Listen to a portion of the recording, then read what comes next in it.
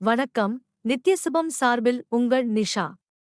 இங்கு குறிப்பிடும் கணிப்புகள் அனைத்தும் பொதுவான ராசி மற்றும் லக்கணத்தை வைத்தே கணக்கிட்டுள்ளோம்.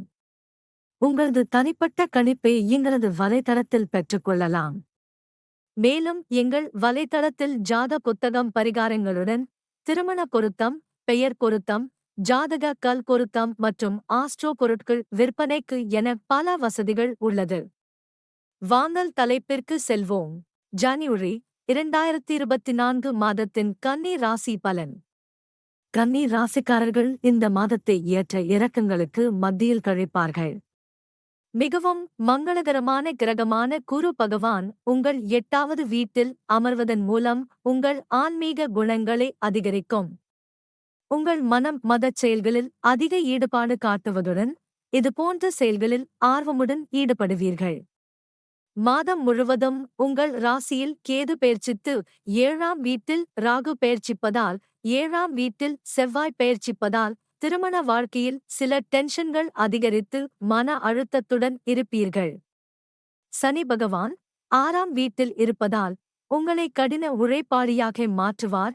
உங்கள் வேலையில் நல்ல பலனை தருவார். எனவே மாத தொடக்கத்தில் உங்கள் வேலையில் நண்பர்களின் சகவாசம் உதவியாக இருக்கும்.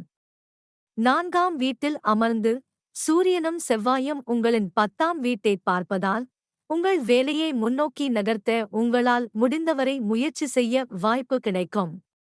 நீங்கள் கடினமாக உழைத்து உங்கள் பணியில் சிறப்பாக செயல்பட முயற்சிப்பீர்கள். சனி பகவான் 6ஆம் வீட்டில் இருப்பதால் உங்களின் தைரியம் மற்றும் சண்டை திறன் அதிகரித்து உத்தியோகத்தில் உங்களின் நிலையை பலப்படுத்தும். உங்களின் பணித்துறையில் நல்ல பதவி உயர்வு கிடைக்கும். 7வது வீட்டில் மீனத்தில் ராகு இருப்பது உங்கள் வியாபாரத்தில் ஏற்ற இறக்கங்களை காட்டுகிறது. ஆனால் மக்களை ஆச்சரியப்படுத்தும் சில முடிவுகளை எடுப்பீர்கள்.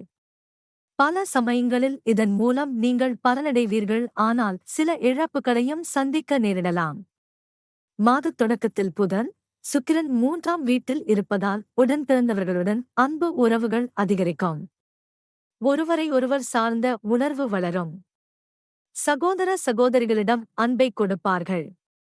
பதிலுக்கு அவர்களின் அன்பையும் பெறுவீர்கள். நீங்கள் ஒருவருக்கொருவர் உதவுவதையும் காணலாம். இதன் காரணமாக உங்களுக்கு இடையிலான உறவு மிகவும் முதிர்ச்சியடையும் மற்றும் வலுவாக மாறும். ஆனால் 4வது வீட்டில் சூரியன் மற்றும் செவ்வாய் இருப்பதால் உங்கள் தாயின் ஆரோக்கியத்தில் சிக்கல்கள் மற்றும் குடும்ப வாழ்க்கையில் பதற்றம் ஏற்படலாம். அதிகரிக்கலாம். நீங்கள் உங்கள் நண்பர்களுடன் நல்ல நேரத்தை செலவிடுவீர்கள். அவர்களில் ஒருவர் உங்களுக்கு விசேஷமாக மாறலாம். ஆனால் நீங்கள் ஏற்கனவே ஒரு உறவில் இருந்தாலும் இந்த மாதம் முதல் பாதியில் சாதகமான முடிவுகளைத் தரும். உங்கள் இருவருக்கும் இடையே நல்ல இணக்கம் இருக்கும். 4ஆம் வீட்டில் அமர்ந்து செவ்வாய் உங்கள் 11ஆம் வீட்டை முழு பார்வையுடன் பார்ப்பதால் வருமானம் உயரும் வாய்ப்புகள் உண்டாகும். சில புதிய அசையும் அல்லது அசையா சொத்துக்களை வாங்கலாம். ஒரு வகையில் இது உங்களுக்கு நன்மை பயக்கும். ஆனால் வேறுவிதமாக கூறினால் செலவுகள் தொடர்ந்து அதிகரிக்கும்.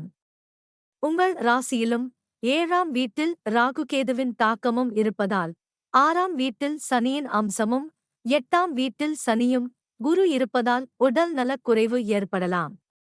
உடல் ஆரோக்கியத்தில் முழு அக்கறை காட்ட வேண்டியிருக்கும். தேவைப்பட்டால் நீங்கள் ஒரு மருத்துவரை அணுக வேண்டும். இதனால் எந்த பெரிய பிரச்சனையும் உங்களை தொந்தரவு செய்யாது.